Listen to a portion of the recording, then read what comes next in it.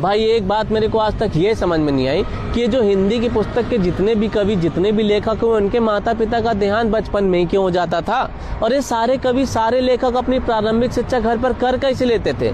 क्योंकि एक हम लोग हैं, हमसे स्कूल, कॉलेज और कोचिंग में जाकर के ढंग से पढ़ाई नहीं हो पा रही। और इतने नहीं, इनके समय में ना यूट्यूब था, ना फिजिक्स वाला था, ना अकेडमी था, भी मतलब कुछ भी नहीं था।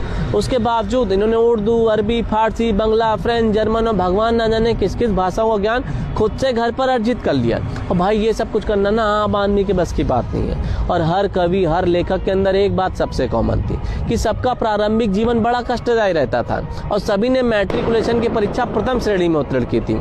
और जो लोग हाई स्कूल और इंटर में, तुम बस किसी भी एक कवि, एक लेखक का परिचय याद कर लो, बाकी सारे कवियों का सिर्फ नाम बदलते चले जाओ। मैं इंग्लिश वाली मैम की कसम खा के बता, तुमको 5 में से 4 नंबर लाने से कोई नहीं रोक सकता।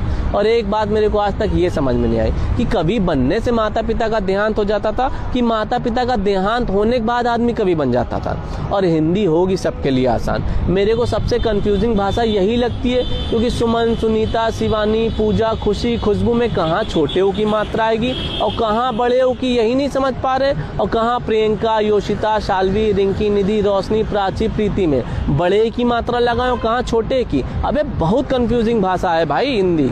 और जितनी गिनतियाँ 99, 36, 69, 89, 84, ये अगर कोई लिखने में बोल देना तो मौत आ जाती है। और मैट्रिकुलेशन कक्षा 8 को बोलते हैं, 10 को बोलते हैं, 12 को, ये आज तक समझ में नहीं आया। तुम बताओ तुमको हिंदी कैसी लगती है?